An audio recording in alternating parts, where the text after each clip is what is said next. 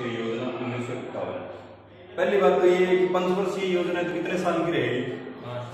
कितने साल की? 5 वर्ष।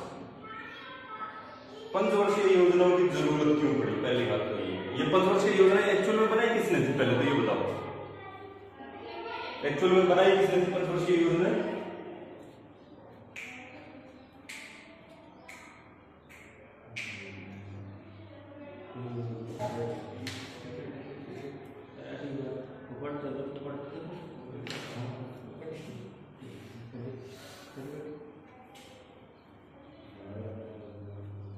अभी पंचवर्षीय योजनाओं का प्रारूप किसने दिया था? कौन से प्लान के तहत आया था पंचवर्षीय योजनाओं का प्रारूप? ये बताओ।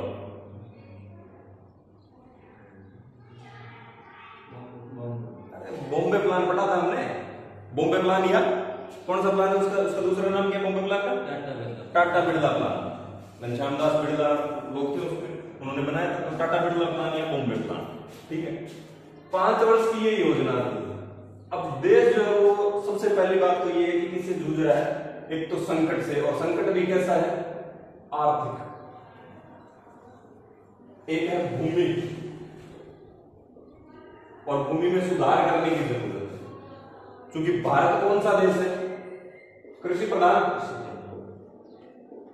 अब जब कृषि प्रधान देश है और कृषि हमारी आर्थिक विकास की धुरी है, मुख्य रीढ़ है, बैकबोन है हमारी, तो क्या होगा?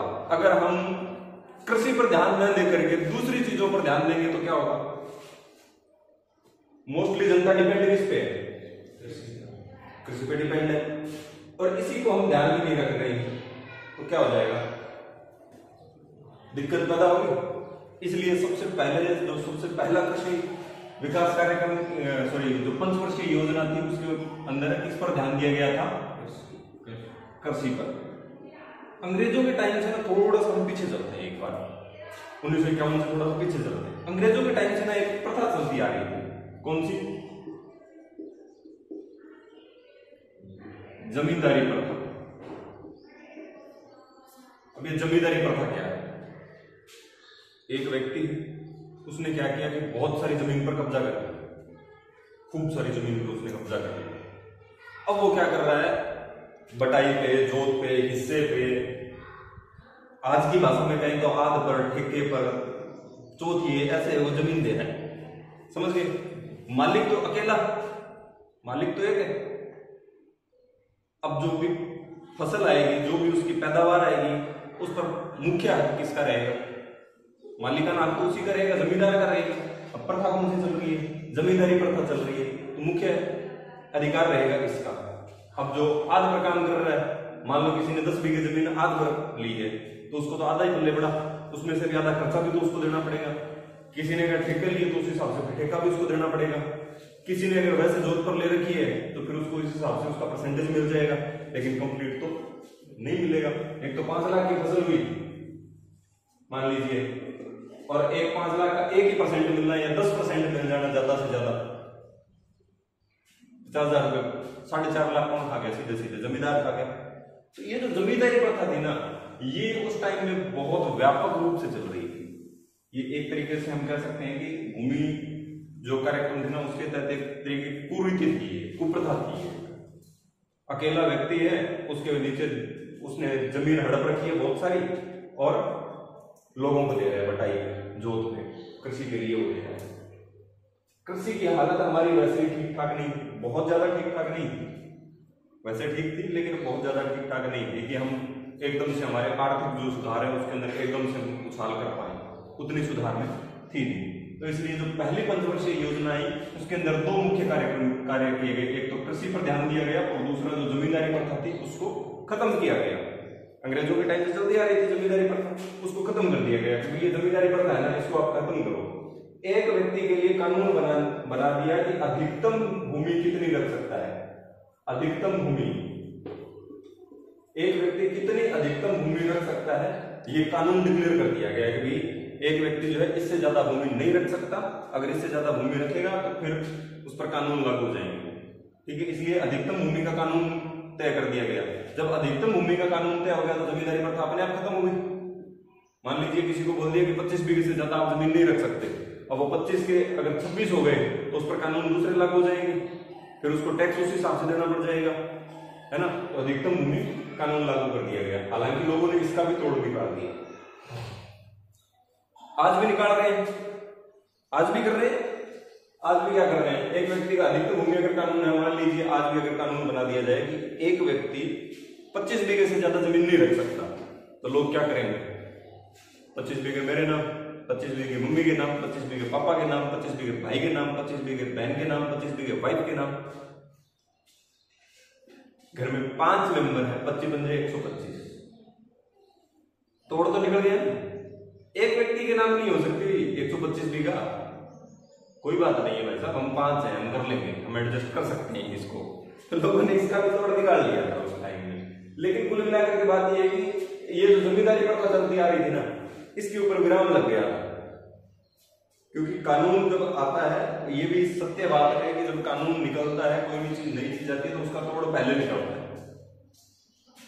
उसका तोड़ पहले निकलता है, ठीक है। तो यहां पे जमींदारी प्रथा को खत्म करने के भरपूर प्रयास किए गए। उसके बाद में एक व्यक्ति था, एक यंग अर्थशास्त्री था,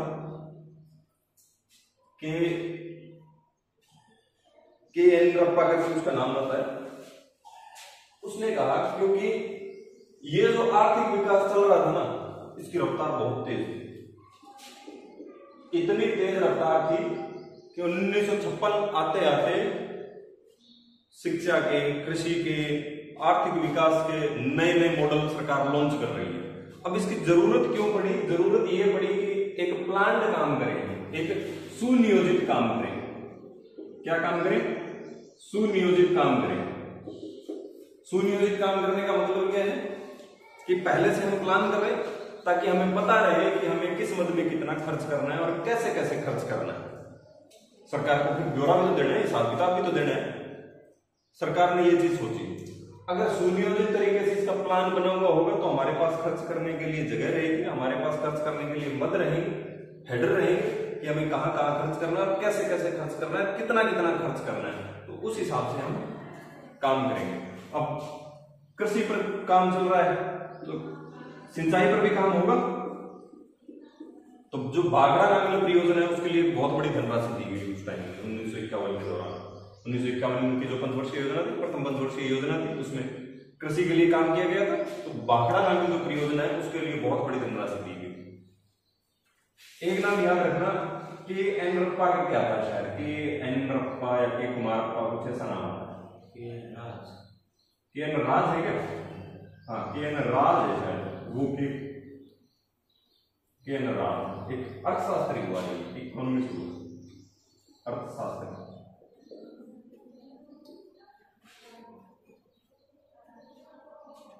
अब ये सारी चीजें देखने के बाद में हमें एक चीज समझ में आती है कि सरकार का जो मोटिव है, सरकार का जो लक्ष्य है ना, वो बहुत ठीक है कि काम चलता रहे। हम अभी तक कहां चल रहे हैं, 1951 से 1956 का दौर पढ़ रहे हैं।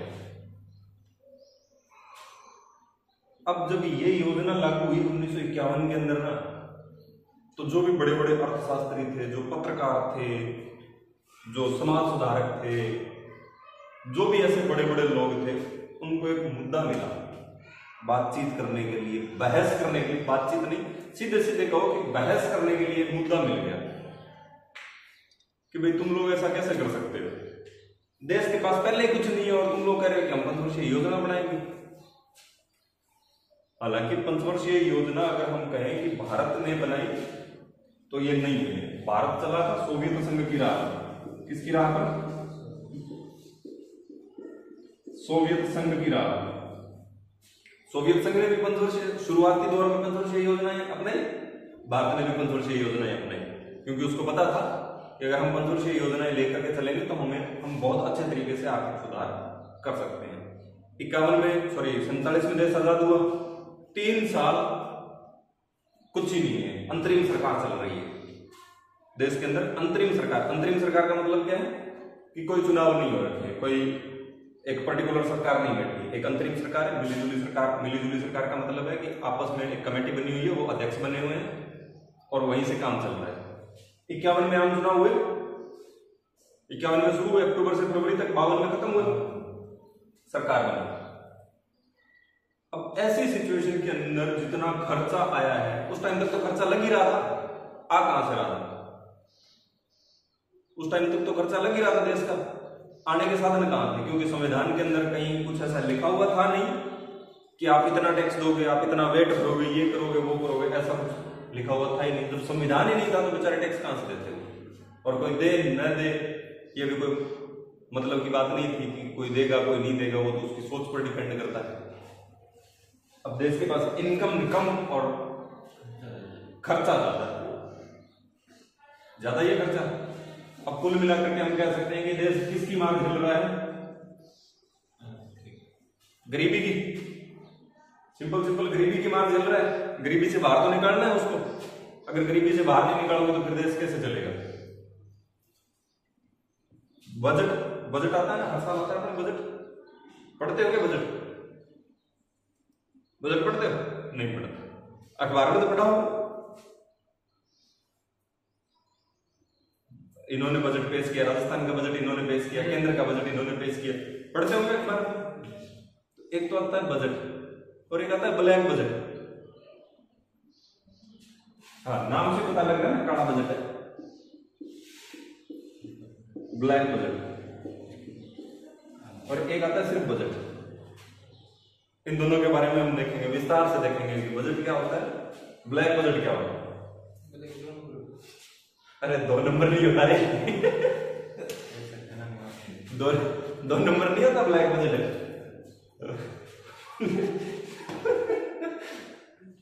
2 नंबर नहीं होता ब्लैक बजट। अगर सरकार सीधे सीधे 2 नंबर का बजट पेश करने लगी तो फिर कैसे पार पड़ेगी? तो कभी सुना है कि सरकार ने खनन माफियाओं के लिए बजट पेश किया है? कभी सुना है क्या? नहीं सुना है कभी सरकार ने खनन माफियाओं के लिए बजट पेश किया? ऐसा होता है क्या कभी? ऐसा कभी नहीं होता है। ब्लैक बजट का मतलब कुछ और होता है, 2 नंबर का बजट नहीं होता है। ठीक है, कोई बात नहीं है। देखो, हम बजट भी पढ़ेंगे तो हम बजट पढ़ेंगे तो हम ब्लैक बजट पढ़ेंगे। इंदिरा गांधी के टाइम में पेश किया गया था ब्लैक बजट।